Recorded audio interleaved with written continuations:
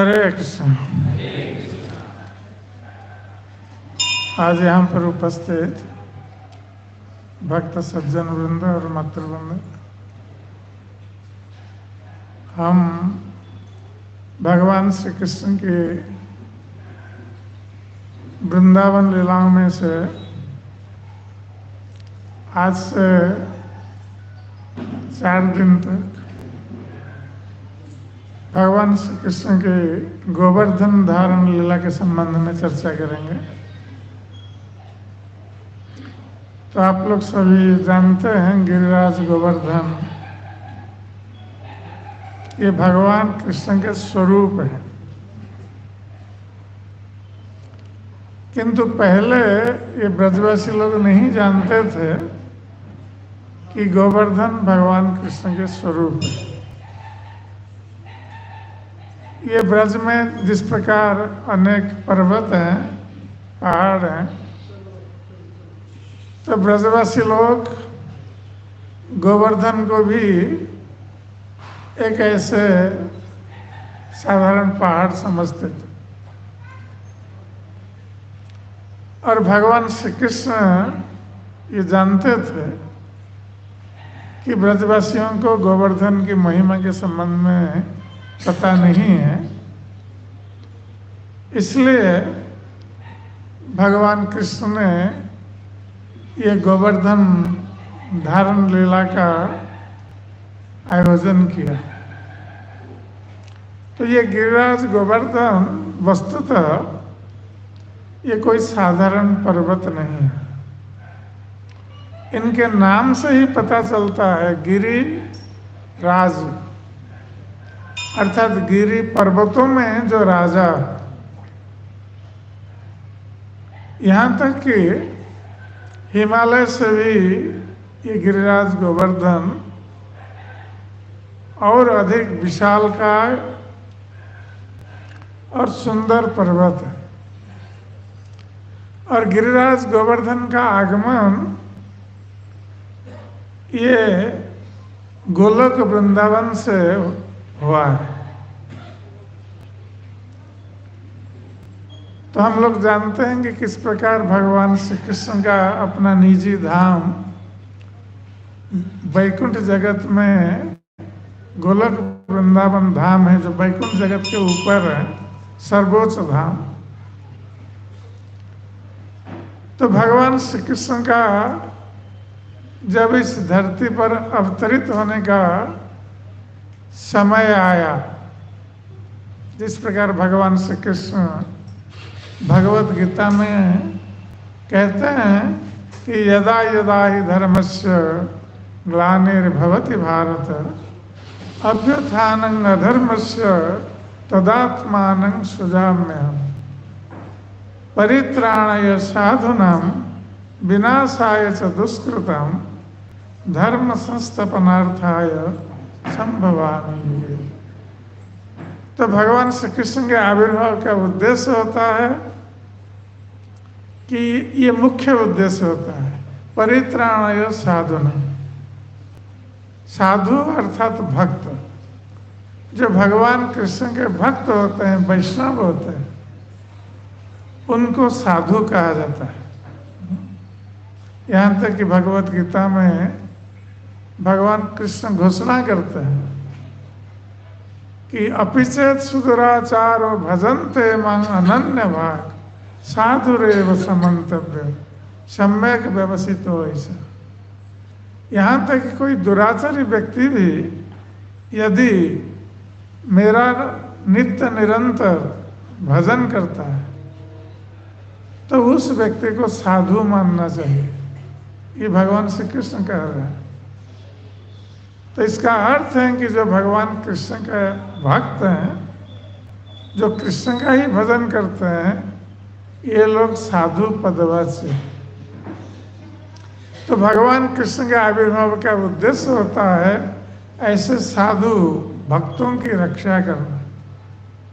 तो परित्राणाय साधूनां विनाशाय च दुष्कृतं।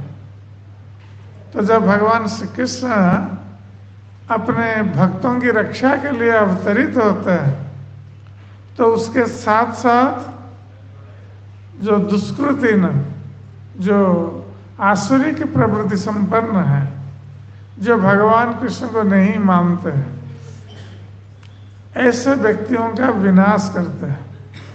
साधुओं की रक्षा के साथ साथ ऐसे आसुरी की प्रवृत्ति संपन्न व्यक्तियों का विनाश और उसके साथ साथ धर्म की स्थापना, ये भगवान के अवतरण का उद्देश्य है। किंतु मुख्य उद्देश्य साधुओं की रक्षा, क्योंकि भगवत गीता में भगवान कृष्ण घोषणा करते हैं कि अर्जुन प्रतिजानी न मे भक्ता प्रणश्यति, कि अर्जुन तुम ये जानो कि मेरे भक्त का कभी विनाश नहीं होता। इसका अर्थ भगवान श्री कृष्ण अपने भक्तों को सुरक्षा प्रदान करता है। ये भगवान की घोषणा है, प्रतिज्ञा है। इसलिए भगवान को अवतरित होना पड़ता है भक्तों की सुरक्षा के लिए, और उसके साथ साथ जो अभक्त हैं, आसुरी की प्रवृत्ति संपन्न है, उनका विनाश करना और धर्म की स्थापना करना, ये मुख्य उद्देश्य है। तो भगवान श्री कृष्ण आविर्भूत होने से पहले गोलोक वृंदावन में ये श्रीमती राधा रानी से कह रहे थे कि देवी अब मुझे मर्त्यलोक में जाना है, इसलिए तुम्हें भी हमारे साथ वहाँ लीला करने के लिए चलना है। तो श्रीमती राधा रानी और उनकी जो प्रिय सखियाँ हैं, जो नित्य सिद्ध गोपियाँ हैं, ये सब भगवान कृष्ण के साथ गोलोक वृंदावन से यहाँ लीला करने के लिए आई थी। ये कोई भौतिक जगत की साधारण स्त्रियाँ नहीं थी, जिस प्रकार लोग समझते हैं गोपियों को साधारण स्त्रियां मानते, ये साधारण स्त्रियां नहीं हैं। तो भगवान कृष्ण ने जब श्रीमती राधा रानी से कहा उनके साथ आने के लिए इस मर्त्यलोक में, तो श्रीमती राधा रानी ने भगवान कृष्ण से कहा था कि जहाँ पर गिरिराज गोवर्धन नहीं है और यमुना नहीं है, मैं उस स्थान पर नहीं जा सकती। इसलिए श्रीमती राधा रानी की इच्छा को पूर्ण करने के लिए सर्वप्रथम भगवान कृष्ण ने गोलोक वृंदावन धाम से 84 क्रोश परिमित भूमि को इस भौतिक जगत में भेजा। जो ब्रजभूमि 84 क्रोश परिमित है, ये इस भौतिक जगत की भूमि नहीं है, ये गोलोक वृंदावन से भूमि आई। क्योंकि भगवान जहाँ लीला करते हैं, ये कोई साधारण भूमि नहीं हो सकती। यद्यपि हम अभी जब वृंदावन जाते हैं, क्योंकि हम कलयुग के लोग तरह तरह के पाप कर्म में लिप्त रहते हैं, इसलिए हम वृंदावन धाम जो ब्रजभूमि का जो मूल स्वरूप है, उसका दर्शन हम नहीं कर पाते। हमारे लिए धाम के ऊपर माया का आवरण है, इसलिए हम ब्रजभूमि के मूल स्वरूप का दर्शन नहीं कर सकते। किंतु जिन लोगों की चेतना शुद्ध है, जो शुद्ध भक्त है, जिनका भगवान कृष्ण के प्रति प्रेम है, प्रेमांजन चरित भक्ति विलोचन न संत सदैव हृदयेषु विलोके, तो जिनके हृदय में भगवान कृष्ण के प्रति प्रेम है, शुद्ध कृष्ण प्रेम, वही लोग ब्रजभूमि में ब्रजभूमि का मूल स्वरूप का दर्शन कर सकते हैं और कृष्ण का भी दर्शन कर सकते हैं। इसलिए हम देखते हैं कि चैतन्य महाप्रभु के जो अनुयायी 60 गोस्वामी गण थे, जो लोग वृंदावन में निवास कर रहे थे, ये वृंदावन में जब भ्रमण करते थे तो राधा कृष्ण की लीलाओं का दर्शन करते थे अपनी आंखों से, क्योंकि अभी भी भगवान कृष्ण वहाँ लीला कर रहे हैं, किंतु हम देख नहीं सकते। तो इसलिए ये जो 84 कोस परिमित भूमि है, ब्रजभूमि, ये गोलक वृंदावन से आई है। और उसके साथ साथ भगवान कृष्ण ने गिरिराज गोवर्धन को भेजा इस मर्त्यलोक, और यमुना जी को भी भेजा। तो ये यमुना जी भी गोलक वृंदावन से आई है। तो जब गिरिराज गोवर्धन आविर्भूत हुए इस भौतिक संसार में, तो पहले गिरिराज गोवर्धन का गोलक वृंदावन में इनका नाम है सतश्रृंग। उनके 100 शिखर थे, ऊंचे ऊंचे शिखर, जिसको श्रृंग कहा जाता है, इसलिए उनका नाम था सतश्रृंग, जो गोवर्धन के नाम से परिचित है। तो ये पहले शाल्मली द्वीप, जो भारतवर्ष की पश्चिम दिशा में है, ये शाल्मली द्वीप। तो गिरिराज गोवर्धन सर्वप्रथम शाल्मली द्वीप में द्रोणाचल पर्वत के पुत्र के रूप में आविर्भूत हुए। उनके पिता का नाम है द्रोणाचल। तो ये गोवर्धन पर्वत जब आविर्भूत हुए शाल्मली द्वीप में, इनका विस्तार 8 योजन इनकी लंबाई थी। 8 योजन का अर्थ है 1 योजन 12 किलोमीटर होता है। 4 क्रॉस 8 मील और 12 किलोमीटर। तो 8 योजन का अर्थ है 96 किलोमीटर। तो गिरिराज गोवर्धन की लंबाई 96 किलोमीटर थी। आज जब हम जाते हैं गिरिराज जी का दर्शन करने के लिए, हम इतने बड़े विशाल पर्वत का दर्शन नहीं कर पाते हैं। उसका कारण हम कहेंगे भी। तो ये 96 किलोमीटर इनकी लंबाई थी और इनका विस्तार चौड़ाई 5 योजन अर्थात 60 किलोमीटर। और गिरिराज गोवर्धन की उच्चता ये 2 योजन अर्थात 24 किलोमीटर। 24 किलोमीटर ऊंचे थे गिरिराज गोवर्धन। तो इस प्रकार एक विशाल का पर्वत, जिनमें तरह तरह के वृक्ष लता सुशोभित होते थे, और उसमें पुष्प और फल भरे हुए थे उन वृक्ष लताओं में। और गोवर्धन में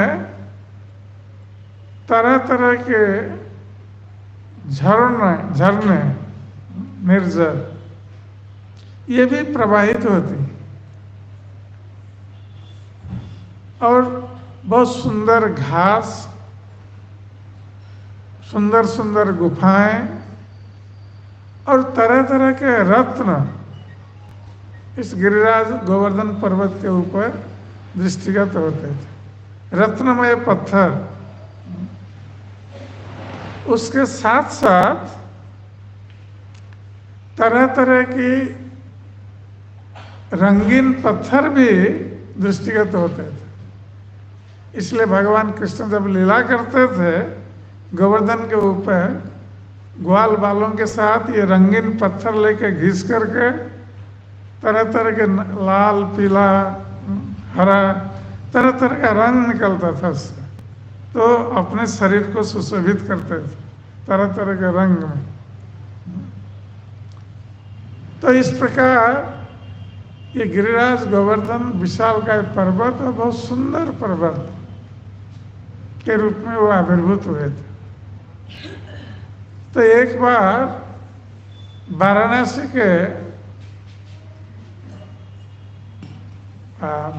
से पुल्यस्त मुनि, जो वाराणसी में निवास करते थे, तो पुल्यस्त मुनि गए हुए थे शाल्मली द्वीप।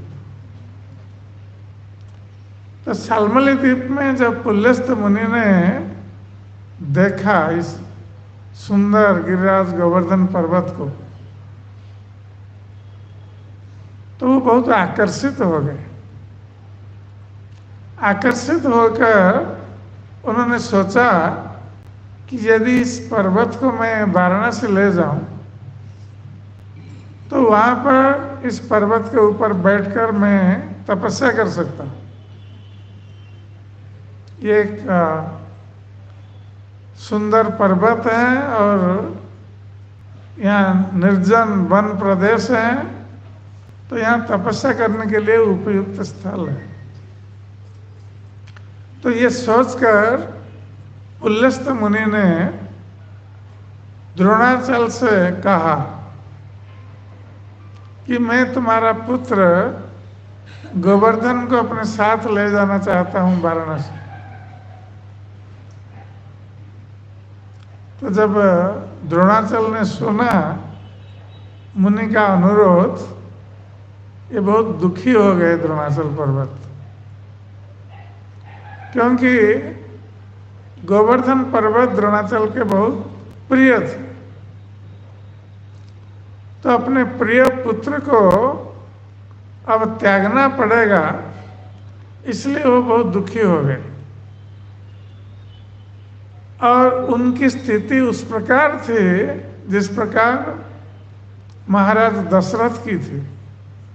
जब विश्वामित्र मुनि आए थे महाराज दशरथ के पास, भगवान रामचंद्र को साथ ले जाने के लिए उन्होंने दशरथ से कहा था, तो दशरथ की स्थिति भी इस प्रकार हुई थी, क्योंकि भगवान रामचंद्र महाराज दशरथ के प्राण से भी अधिक प्रिय थे और अपने प्राण प्रिय पुत्र को मुनि के साथ भेजने के लिए महाराज दशरथ प्रस्तुत नहीं थे। और जैसे ही विश्वामित्र मुनि के अनुरोध को महाराज दशरथ ने सुना और तुरंत वहीं चेतनाहीन होकर गिर पड़े। तो इसी प्रकार द्रोणाचल की स्थिति हुई। जब मुनिवर पुल्यस्त याचना कर रहे थे द्रोणाचल से, तो वो तो गोवर्धन को मुनि के साथ भेजने के लिए प्रस्तुत नहीं थे, किंतु उनके मन में भय भी था।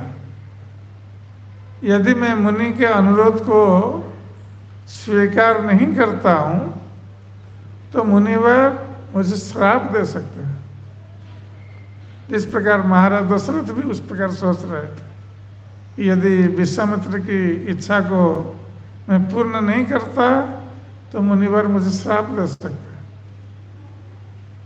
तो इस प्रकार की स्थिति में, द्विविधा की स्थिति में पड़ते हुए अंत में द्रोणाचल राजी हुए गोवर्धन को देने के लिए।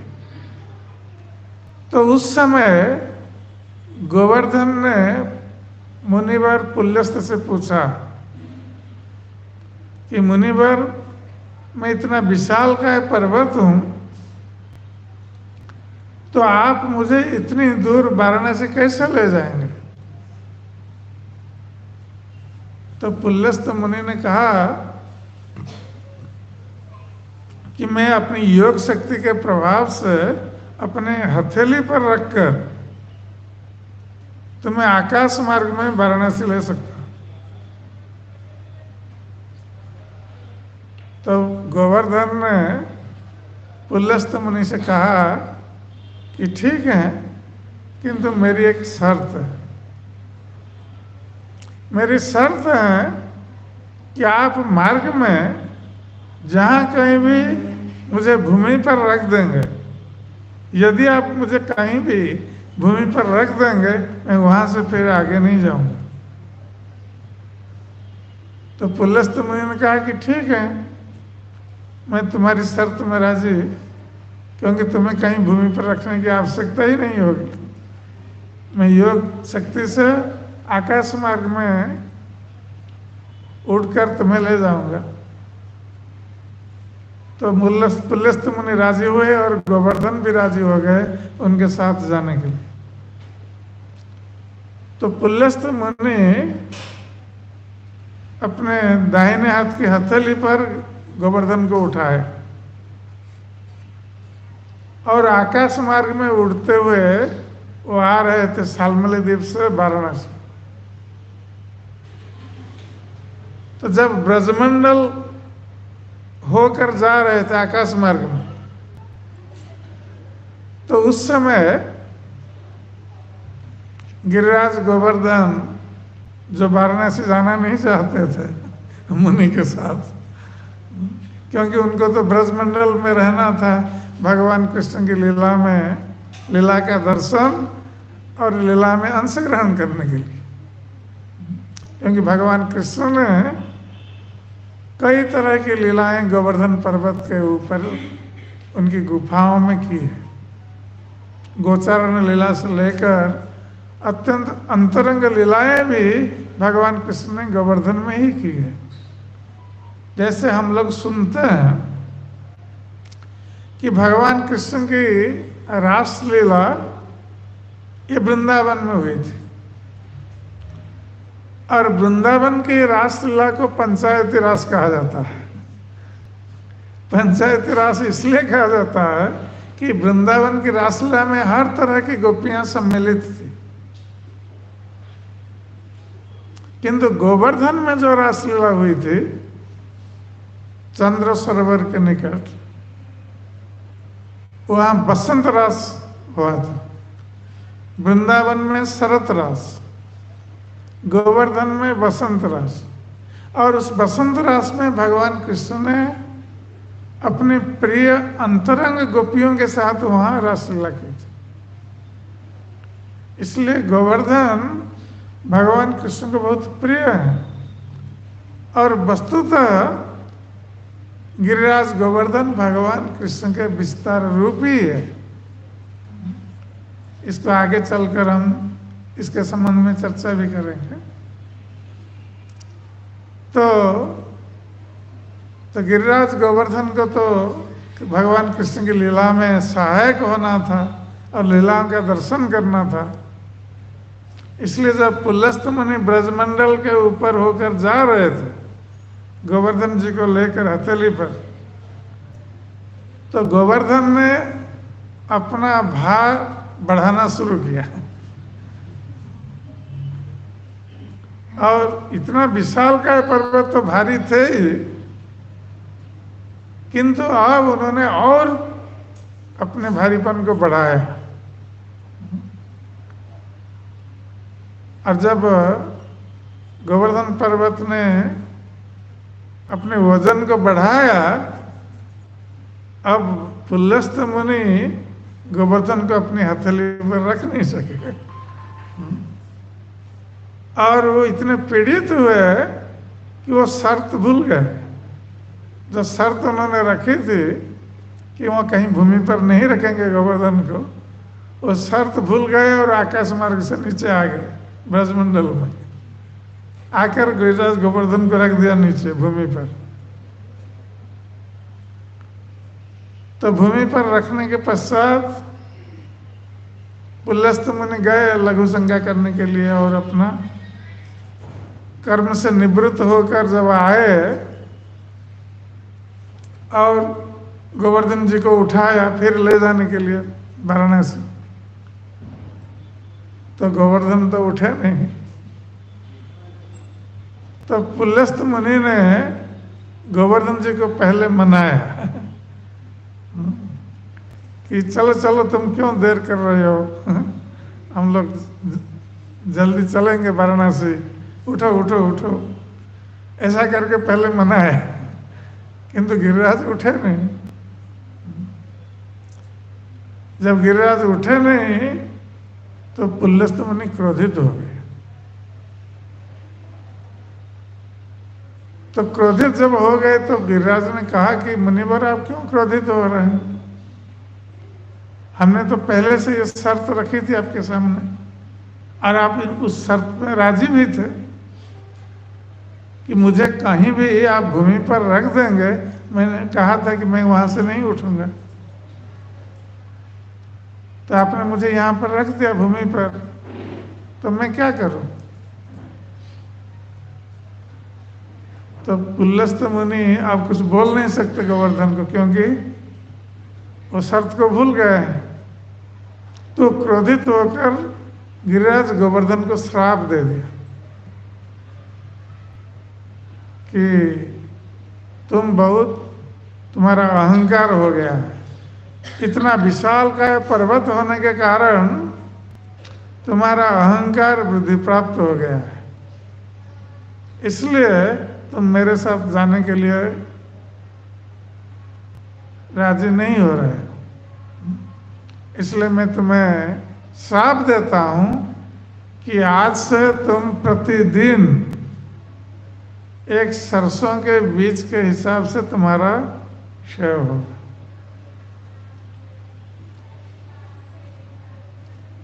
तो ये श्राप देकर पुलस्त मुनि चले गए और गोवर्धन ब्रजभूमि में रह गए इस श्राप को लेकर। और ये सत्ययुग की घटना थी। जब गिरिराज गोवर्धन आए शाल्मली द्वीप से, ये सत्ययुग की घटना थी। और भगवान कृष्ण को द्वापर युग में आना था लीला करने के लिए। तो जब ये श्राप को प्राप्त हुए तो घटना उनका शुरू हुआ। तो यहाँ पर प्रश्न उठता है कि यदि गिरिराज गोवर्धन भगवान कृष्ण के ही स्वरूप हैं,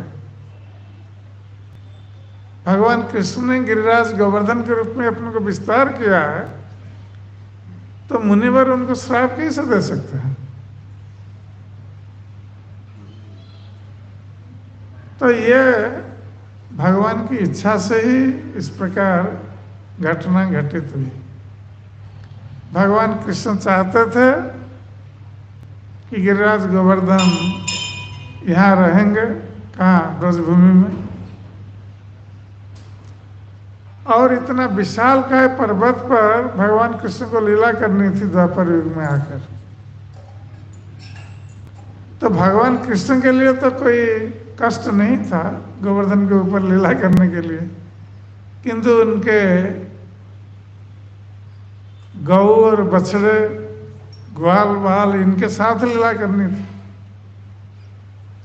इसलिए भगवान की इच्छा से गिरिराज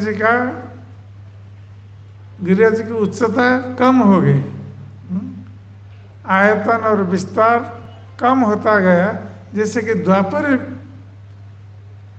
के समय जब भगवान कृष्ण आएंगे तो सरलता पूर्वक गोवर्धन के ऊपर लीला कर सकेंगे, क्योंकि उनकी उच्चता कम हो गई होगी उस समय। तो अभी भी हम देखते हैं कि गिरिराज गोवर्धन एक सरसों के बीज के हिसाब से प्रतिदिन क्षय हो रहा है, नीचे मिट्टी के नीचे जा रहा है। और अब जब हम देखते हैं गिरिराज गोवर्धन को, हम जितना देखते हैं उनकी ऊंचाई अधिक नहीं है, आयतन विस्तार भी घट गया है।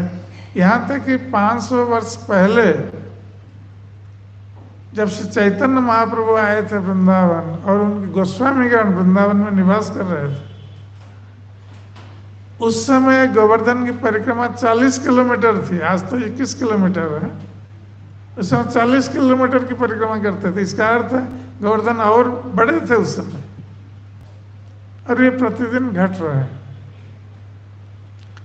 और इसका वैज्ञानिक कारण भी है। हमारा गोवर्धन में जो इस्कन आश्रम है,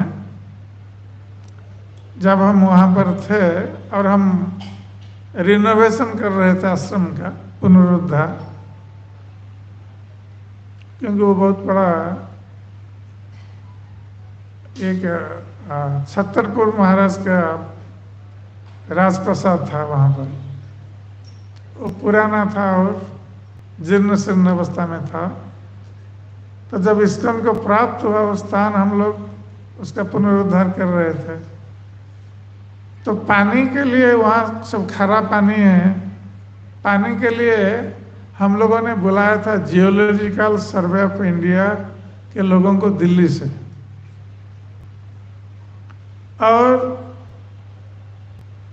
उनको आकर हम ये परीक्षा करके देखना था कि मिट्टी में, भूमि में कितने नीचे मीठा पानी मिल सकता है, ये हमें बताना था उन लोगों को। तो ये लोग सब मशीन लेकर आए थे। तो हमारा आश्रम ठीक गोवर्धन जी के सामने है, परिक्रमा मार्ग के पास। तो आश्रम के जो मेन गेट है परिक्रमा मार्ग को लगकर, वहाँ पर उन लोगों ने अपना मशीन से इलेक्ट्रॉनिक वेव्स भेजा नीचे, ये जानने के लिए कि कहाँ पर पानी मिल सकता है, मीठा पानी। और ये लोग अनुमान कर रहे थे कि पत्थर के नीचे जो पानी आएगा वो अवश्य मीठा पानी होगा। किंतु उन लोगों ने देखा कि भूमि के नीचे 18 मीटर के बाद पत्थर का लेयर शुरू हो रहा है, पत्थर का स्तर। और वो कहाँ तक नीचे गया है उसका अंत नहीं। वो पत्थर का स्तर नीचे जा रहा है, उसका अंत नहीं पा रहा, मशीन नहीं पा रहा है। तो फिर ये लोग पीछे की तरफ गए। पीछे की तरफ जाकर फिर उन्होंने अपने मशीन से इलेक्ट्रॉनिक वेव्स भेजा नीचे जानने के लिए कि ये पत्थर का स्तर कहाँ तक है। तो 90 मीटर के बाद पत्थर का स्तर आया, और वो भी कितना दूर नीचे गया है उनको, उसका अंत उनको नहीं मिला। तो उन लोगों ने रिपोर्ट दिया कि यहाँ मीठा पानी नहीं मिल सकता। इसका अर्थ है कि गिरिराज गोवर्धन मिट्टी के नीचे दबे हुए वहां पर। अभी जो हम गिरिराज गोवर्धन का रूप देख रहे हैं तो उनके अग्रभाग का रूप देख रहे हैं, बाकी सब नीचे मिट्टी के नीचे है। ये प्रमाण है। और जिस हिसाब से गिरिराज गोवर्धन प्रतिदिन नीचे जा रहे हैं, हो सकता है कि और कुछ वर्षों के पश्चात गिरिराज गोवर्धन और दृश्यमान नहीं होंगे। उसके पश्चात जो लोग जन्म ग्रहण करेंगे वो तो विश्वास ही नहीं करेंगे कि यहाँ गोवर्धन पर्वत था। ये लोग कहेंगे ये माइथोलॉजी है। आजकल ये जैसे लोग कहते हैं। तो इस प्रकार जो गिरिराज गोवर्धन ये श्रापग्रस्त होने के कारण वे नीचे जा रहे हैं। और ये शास्त्रों में वर्णन है कि ये गर्ग संहिता में कहा गया कि जावत भागीरथी गंगा जावत गोवर्धनो गिरे। जब तक भागीरथी गंगा इस पृथ्वी पर है और जब तक गोवर्धन पर्वत इस पृथ्वी पर है, तब तक तावत कले प्रभावस्तु भविष्यति न करिचित। तब तक इस संसार में कली का पूर्ण प्रभाव विस्तार नहीं हो सकता।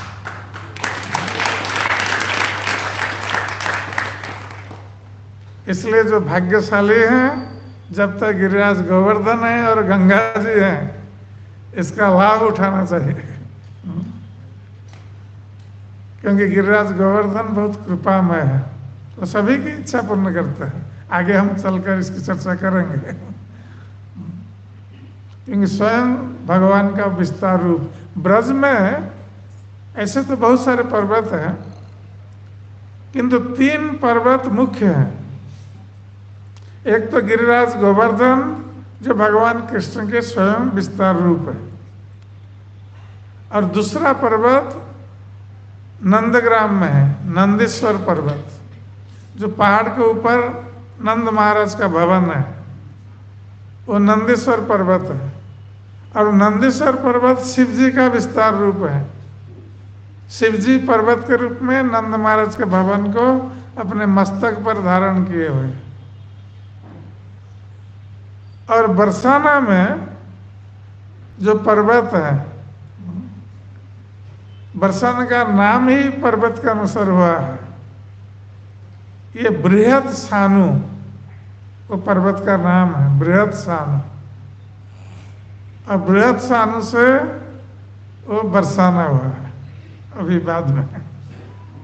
सानु का अर्थ है पर्वत, बृहद सानु माने बृहद पर्वत।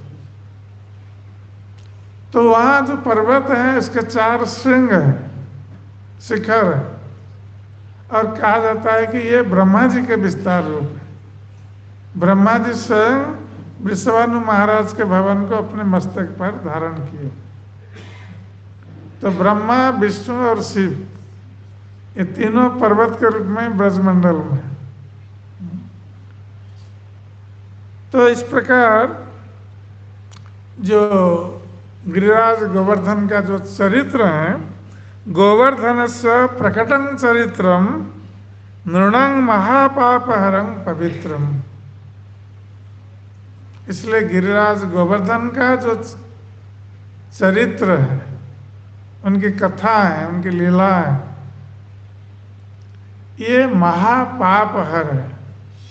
अर्थात जो व्यक्ति गिरिराज गोवर्धन की इन लीलाओं का श्रवण करता है, उसके सारे पाप धुल जाते हैं और वो व्यक्ति पवित्र बन जाता है। ये गिरिराज गोवर्धन की कृपा है। तो ये गिरिराज गोवर्धन की पूजा किस प्रकार प्रारंभ हुई? जब भगवान श्री कृष्ण द्वापर युग में आए, और हम लोग जानते हैं कि भगवान कृष्ण हर द्वापर में नहीं आते हैं। जो ब्रजनंदन कृष्ण हर द्वापर में नहीं आते, केवल ब्रह्मा जी के एक दिन में एक बार आविर्भूत होते हैं ब्रजनंदन कृष्ण, और वो भी वैवस्वत मन्वंतर, 7वें मन्वंतर के जो 28वां दिव्य युग में जो द्वापर आता है, उस द्वापर में भगवान कृष्ण आविर्भूत होते हैं। तो अभी वैवस्वत मन्वंतर चल रहा है, 7वां मन्वंतर, और ये वैवस्वत मन्वंतर का 28वां कलयुग चल रहा है। इसके पहले द्वापर युग आया था, 28वां द्वापर युग। तो इसमें भगवान कृष्ण, ब्रजनंदन कृष्ण आविर्भूत हुए। और जिस द्वापर में भगवान कृष्ण आविर्भूत होते हैं, उसके बाद जो कलयुग आता है, उस कलयुग में वही भगवान कृष्ण श्री चैतन्य महाप्रभु के रूप में अवतरित होता है।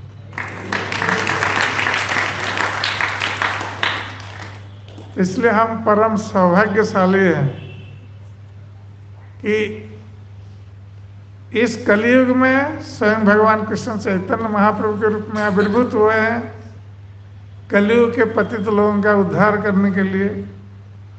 और इसके पूर्व द्वापर युग में भगवान कृष्ण आविर्भूत हुए थे और इस प्रकार पतित जनों का उद्धार किया था। तो ये भगवान कृष्ण की लीलाएं, ये केवल जन कल्याण के लिए ही उद्दिष्ट हैं। भगवान कृष्ण स्वयं आते हैं अपनी लीला प्रदर्शित करके लोगों को अपने प्रति आकृष्ट करते हैं और इस प्रकार लोगों का उद्धार करते हैं। तो जब भगवान श्री कृष्ण द्वापर युग में आए तो उस समय लीला करते हुए हम लोग जानते हैं भगवान कृष्ण ने कई तरह की लीलाएं की है, बाल्य लीला, गोचारण लीला आदि। उसके साथ साथ गोपियों के साथ उन्होंने लीलाएं की, ब्राह्मण पत्नियों के साथ उन्होंने लीलाएं की है। जो मथुरा के ब्राह्मण की पत्नियां जो भगवान के लिए सब प्रसाद लेकर गए थे, भगवान ने मंगवाया था, जबकि उनके पतिगण भगवान कृष्ण के आदेश की अवमानना की थी। किंतु ये ब्राह्मण पत्नियां ये अपने पतियों की बात न सुनकर स्वयं भगवान कृष्ण के लिए प्रसाद लेकर गए थे, क्योंकि ये भगवान कृष्ण की बहुत बड़ी भक्त थी, ये ब्राह्मणों की पत्नियां। तो जहां पर ये मथुरा के ब्राह्मणगण निवास कर रहे थे, ये ब्रज और मथुरा की सीमा में, वहीं ये लीला घटित हुई थी। तो वहां पर एक दिन भगवान कृष्ण ने देखा कि ब्रजवासीगण उन्हीं ब्राह्मणों के गांव में कुछ यज्ञ का आयोजन कर रहे हैं। तो वहां पर नंद महाराज और दूसरे मान्यगण्य ब्रजवासी भी थे, उपस्थित थे, और ये लोग एक यज्ञ का आयोजन कर रहे हैं। और यज्ञ के आयोजन के लिए जो भी वस्तुओं की आवश्यकता है उसको जुटा रहे हैं, उन वस्तुओं। तो भगवान कृष्ण ने जब देखा कि नंद महाराज दूसरे ब्रजवासियों के साथ किसी यज्ञ का आयोजन कर रहे हैं और उसके लिए तरह तरह की वस्तुएं जुटा रहे हैं, यद्यपि भगवान कृष्ण जानते थे, क्योंकि वो सर्वज्ञ हैं, सर्वज्ञ होने के नाते ब्रजवासी लोग क्या करने जा रहे हैं वो जानते थे। फिर भी उन्होंने जाकर पूछा। तो भगवान अपि तत्रैव बलदेवेन संयुतः अपश्यन् निवसन् गोपान इंद्रजाग कृतोद्यमा। तो भगवान कृष्ण बलराम जी के साथ उन्होंने देखा कि ये गोपगण कोई यज्ञ करने के लिए उद्यम कर रहे हैं, चेष्टा कर रहे हैं। तत् अभिज्ञोपि भगवान सर्वात्मा सर्वदर्शन। तो भगवान श्री कृष्ण जो अभिज्ञ है, जो सब कुछ जानते हैं, सर्वदर्शन, सब कुछ देखते हैं, क्योंकि भगवान कृष्ण सभी के हृदय में परमात्मा के रूप में बैठे हुए हैं। इसलिए हर व्यक्ति के हृदयगत भाव को भी वो जानते हैं परमात्मा के रूप में, और सब कुछ देख रहे हैं, क्योंकि ये सृष्टि उन्हीं की है, बनाई हुई सृष्टि, इसलिए सब कुछ जानते हैं और देखते हैं। प्रणयवनता पृछद वृद्धान नंद पुरोगमा। तो भगवान कृष्ण गए इन ब्रजवासियों के सम्मुख, जहां पर नंद महाराज और दूसरे ब्रजवासी लोग एकत्रित हुए थे और यज्ञ संभार का आयोजन कर रहे थे। और वहां जाकर भगवान कृष्ण ने प्रणाम किया हाथ जोड़कर, और अपना मस्तक नीचे झुकाए हुए उन्होंने नंद महाराज और दूसरे ब्रजवासियों से ये प्रश्न पूछा। अर्थात विनीत भाव से भगवान कृष्ण ने ये प्रश्न पूछा,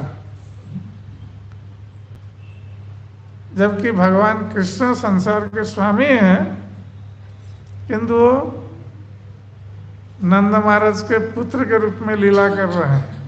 इसलिए विनीत भाव से हाथ जोड़कर पिताजी को प्रश्न कर रहे हैं।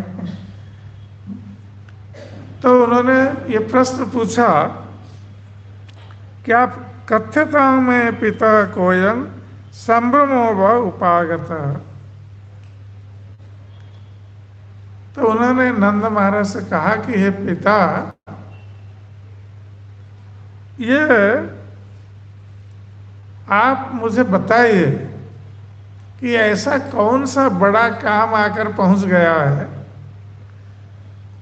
कि जिसके कारण आप इस आयोजन कर रहे हैं, यज्ञ का आयोजन कर रहे हैं। तो इसका का फलम किंग फलम कस्य व उद्देश्य, इस यज्ञ अनुष्ठान करने का उद्देश्य क्या है, किस लिए आप लोग कर रहे हैं, और इस यज्ञ अनुष्ठान से क्या फल आपको प्राप्त होगा।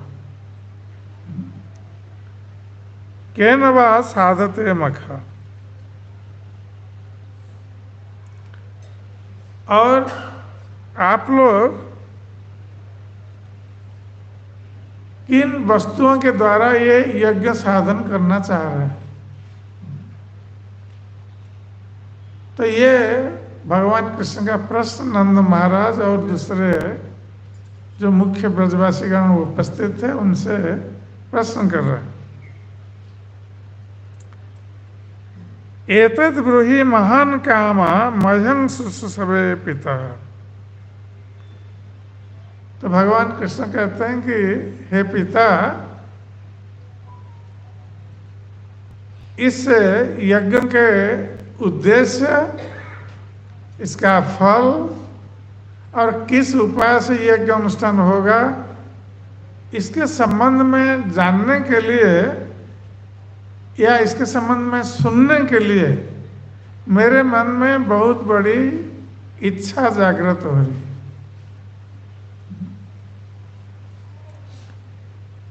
नहीं गोप्य हम साधुनाम कृत्यं सर्वात्मनाय।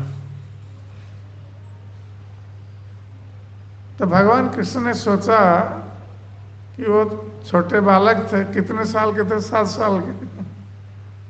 कोई 7 साल का बालक अपने पिता से ये प्रश्न पूछता है, कोई पिता जो यज्ञ अनुष्ठान कर रहे हैं, तो पिता क्या सोचेंगे, ये बच्चा है, ये क्या जानता है, ये क्या समझेगा, इसको क्या बताएंगे, यही पिता के मन में आएगा। और भगवान कृष्ण ने ये समझ लिया कि पिता ऐसा सोच सकते हैं, मुझे साधारण बालक मानकर ये यज्ञ अनुष्ठान क्यों कर रहे हैं, इसका फल क्या है, मैंने जो प्रश्न पूछा है इसका उत्तर नहीं भी दे सकते, क्योंकि वो सोचेंगे ये छोटा बालक है, ये क्या समझेगा, इसको क्या बताएंगे इसके बारे में, हम यज्ञ किस लिए कर रहे हैं, क्यों, इसका उद्देश्य क्या है, कैसे कर रहे हैं, ये क्या समझेगा। तो भगवान कृष्ण पहले से बता देते हैं, कहते हैं न ही गोप्यम ही साधुनाम कृत्य सर्वात्मनाय, कि जो लोग साधु हैं, भगवान कृष्ण कहते हैं, जो साधु स्वभाव वाले हैं, उनके लिए कोई भी वस्तु गोप्य नहीं रहती। अर्थात साधु लोग जो भी करते हैं कुछ छिपा कर नहीं करते, क्योंकि साधुओं का जीवन ये उन्मुक्त जीवन है। वो जो करेंगे सब कोई जान लेंगे साधु क्या कर रहे हैं, क्यों कर रहे हैं। वो किसी से छिपाते नहीं कोई बात। वही व्यक्ति छिपाता है जिसका अपना स्वार्थ रहता है। कोई बात हम छिपा कर रखते हैं क्योंकि उसमें हमारा स्वार्थ निहित है। किंतु जो साधु स्वभाव का है वो किसी से कोई बात छिपाता नहीं। क्यों नहीं छिपाता है? क्योंकि वो सर्वात्मना है। वो सभी को आत्मवत मानता है, अपने जैसा मानता है। इसका अर्थ है कि यदि वो साधु है स्वयं, वो सभी को साधु मानेगा। ये नहीं मानेगा कि ये मेरा शत्रु है, ये मित्र है, ये सब नहीं देखेगा, क्योंकि ये साधु का स्वभाव होता है। वो स्वयं साधु स्वभाव का है और दूसरों को भी साधु स्वभाव का मानता है, दूसरों पर विश्वास कर जाता है, जबकि सभी लोग ऐसा नहीं होते, किंतु साधुओं का ये स्वभाव है। तो भगवान कृष्ण कहते हैं अस्ति अश्व परदृष्टिना अमित्र उदास विद्विषा।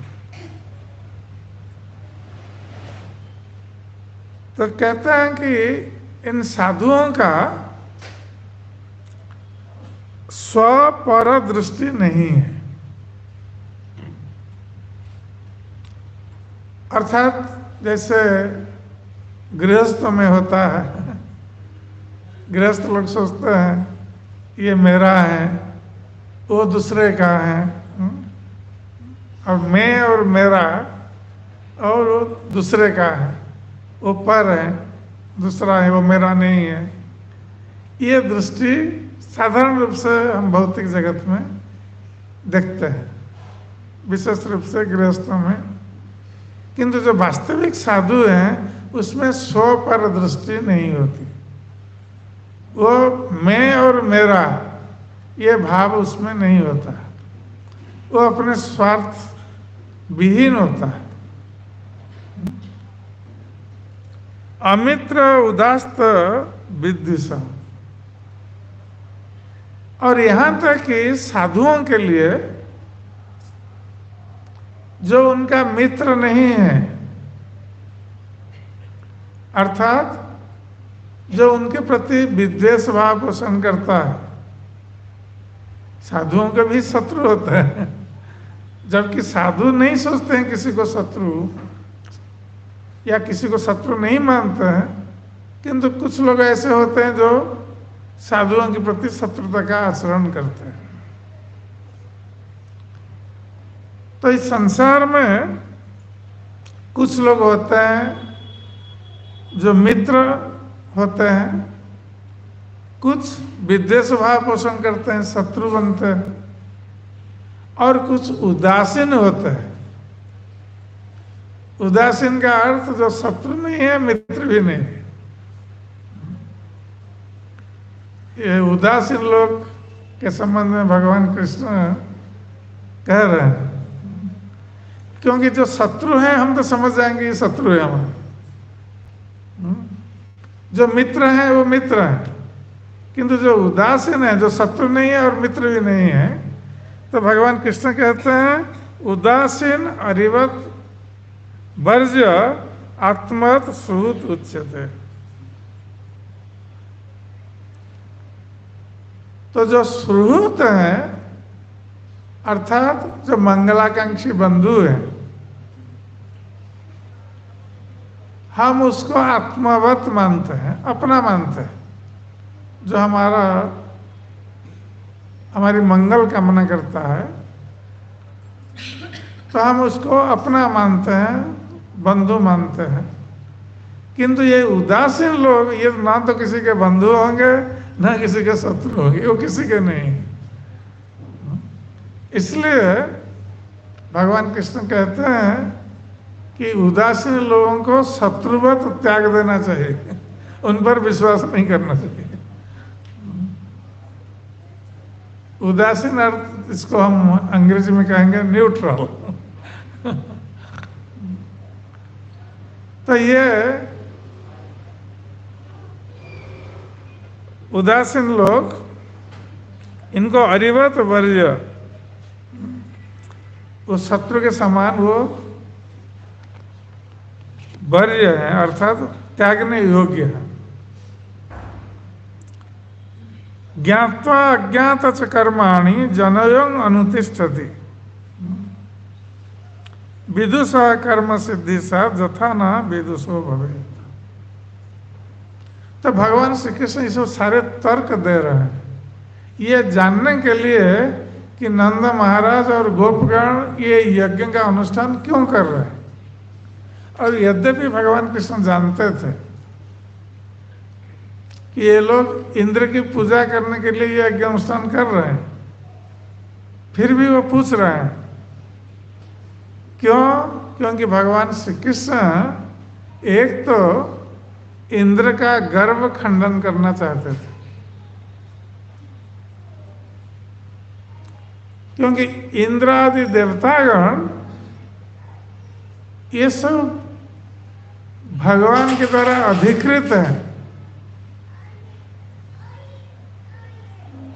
इंद्र में जो शक्ति है, वर्षा करने की शक्ति है, तो ये भगवान ने ये दायित्व दिया है इंद्र को, इंद्र के पद पर उनको अधिष्ठित किया है, ये भगवान ने किया है। किंतु जब कभी भगवान के भक्त अहंकार से पूर्ण हो जाते हैं, अहंकारी बन जाते हैं, इंद्र भक्त हैं भगवान का, ये देवतागण भक्त हैं, किंतु ये शुद्ध भक्त नहीं, ये जानना आवश्यक है, क्योंकि उनमें भौतिक कामनाएं होती है, किंतु भगवान को मानते हैं। इनमें जब गर्व अहंकार हो जाता है तो भगवान इसको सहन नहीं कर पाते। और वस्तुतः ये बात भक्तों के लिए भी सत्य है। भक्तों में कभी भी अहंकार उत्पन्न हो जाता है किसी भी कारणवश, तो भगवान भक्तों में अहंकार को सहन नहीं कर पाते। क्यों सहन नहीं कर पाता है? इसलिए सहन नहीं कर पाते हैं कि भगवान जानते हैं भक्तों में अहंकार उनकी भक्ति में बहुत बड़ी बाधा है।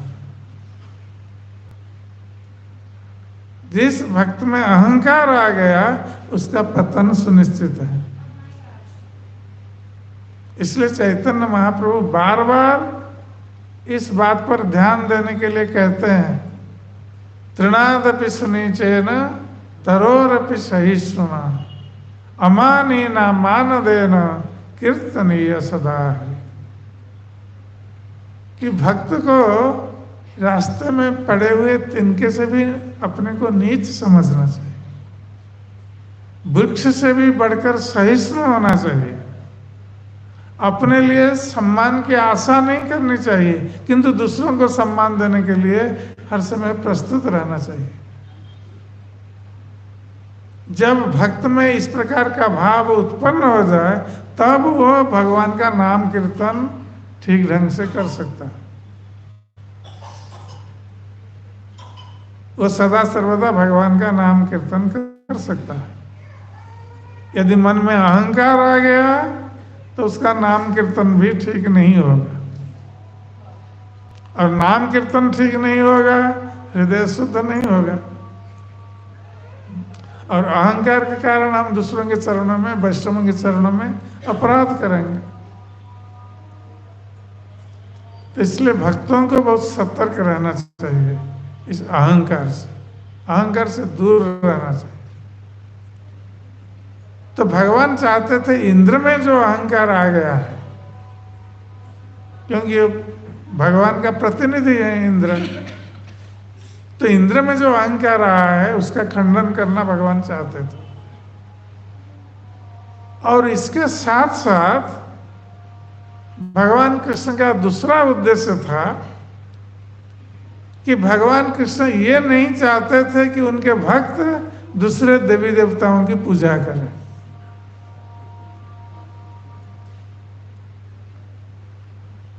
तो भगवान कृष्ण यही चाहते हैं कि उनके भक्त उनकी ही पूजा करें। दूसरे देवी देवताओं की पूजा करने से भगवान कृष्ण के प्रति हमारी जो निष्ठा है उसमें बाधा उत्पन्न होती है। हम भगवान के निष्ठा पर भक्त नहीं बन सकते, क्योंकि हमारी निष्ठा बढ़ जाएगी अन्य देवी देवताओं में जब हम दूसरे देवी देवताओं की पूजा करते हैं। इसलिए भगवान कृष्ण भगवत गीता में कहते हैं कामेश तस्त्र भूत ज्ञान प्रपद्यन्ते अन्य देवता। जो कामना के वशवर्ती हैं, भोग कामना के वशवर्ती हैं, ये लोग दूसरे देवताओं के चरणों में प्रपन्न होते हैं अपनी कामना के कारण, भोग वृत्ति के कारण।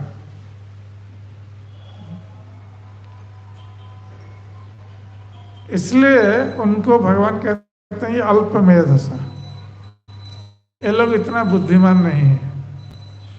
तो भगवान कृष्ण ये नहीं चाहते थे कि उनके ब्रजवासी भक्त जो कृष्ण के प्रति उनकी एकांत निष्ठा है वे इंद्र का एक देवता की पूजा करें। भगवान कृष्ण ये नहीं चाहते थे। इसलिए सब कुछ जानते हुए भी भगवान कृष्ण ये सब प्रश्न कर रहे हैं नंद महाराज और तर्क दे रहे हैं। तो कहते हैं कि ज्ञात्वा अज्ञाता च कर्माणि जनोयं अनुतिष्ठति, कि लोग कर्म के फल को जानकर कोई कर्म करता है और कोई न जानकर भी कर्म करता है। जो कर्म को जानकर करता है वो तो हम समझते हैं कि उसको ज्ञान है, वो कर्म क्यों कर रहा है उसको ज्ञान है। और कुछ लोग ऐसे होते हैं वो देखते हैं कि दूसरे लोग कर रहे हैं हम भी करेंगे। कलयुग में ऐसे लोग बहुत हैं वो देखते हैं दूसरे लोग कर रहे हैं हम भी करेंगे बिना कुछ सोचे समझे। इसको कहा जाता है भेड़िया दशा। एक भेड़िया एक रास्ते में जाता है, दूसरे लोग सब चलते हैं उसी रास्ते में। तो कोई कुछ सोचता नहीं है, कोई ज्ञान नहीं है उसके बारे में, किंतु दूसरे लोग कर रहे हैं हम भी कर रहे हैं। तो भगवान कृष्ण कहते हैं विदुषा कर्म सिद्धिशा, जो ज्ञान रखकर कोई कर्म करता है वो कर्म में सिद्धि को प्राप्त होता है, किंतु जो अज्ञानी है वो सिद्धि को प्राप्त नहीं हो सकता। तो ये कहने का अर्थ भगवान कृष्ण नंद महाराज से और दूसरे गोपों से कह रहे हैं कि आप लोग ये जो यज्ञ कर्म कर रहे हैं किसके उद्देश्य से कर रहे हैं, इसका फल क्या है, इसके बारे में आपको कुछ ज्ञान है या नहीं, परंपरा से चली आ रही है आप लोग कर रहे हैं। ऐसे बहुत सारे कर्म हम करते हैं, परंपरा से चली आ रही, हम परंपरा निभाते हैं, किंतु हमें कोई ज्ञान नहीं है उसका क्या फल है क्या नहीं है, क्या करना चाहिए क्या नहीं करना चाहिए, कोई ज्ञान नहीं।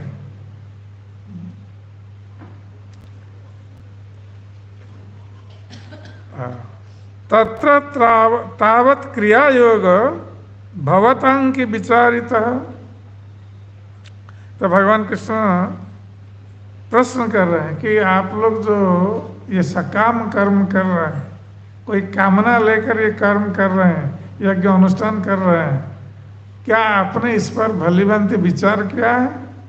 ना ऐसे कर रहे हैं परंपरा मानकर। अथवा लौकिक स्तन में पृच्छति साधु धन्यवाद, किंबा ये लौकिक रीति के कारण आप लोग कर रहे हैं ना, इसका कोई शास्त्र प्रमाण है? तो भगवान कृष्ण कह रहे हैं कि इसका कोई शास्त्र प्रमाण है कि ये यज्ञ आप कर रहे हैं और इंद्र को संतुष्ट करने के लिए, इसके कोई शास्त्र में वर्णन है?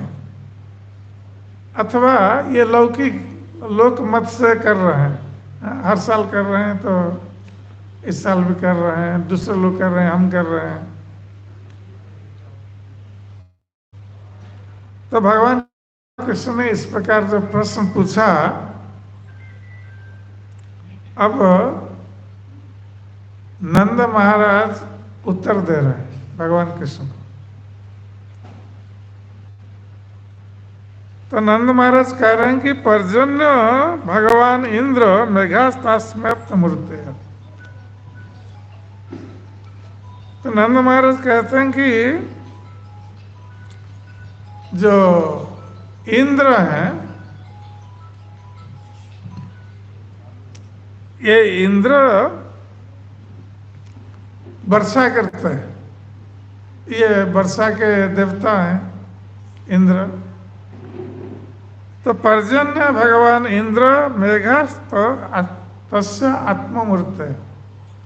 और जो मेघ है, आकाश में जो मेघ विचरण करते हैं, ये इंद्र की ही सृष्टि है।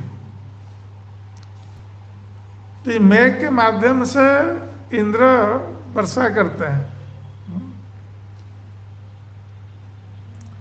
ते भी वर्षन्ति भूतानां प्रीणनं जीवनं पय। तो ये इंद्र जो वर्षा करते हैं इन मेघों के द्वारा,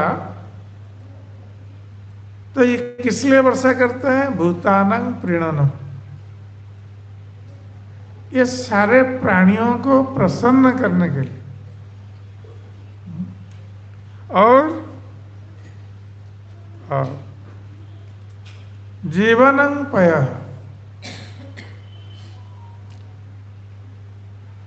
प्राणीगण जीवन धारण करेंगे, केवल प्रसन्न नहीं होंगे, जीवन धारण करेंगे, क्योंकि जल ही जीवन है।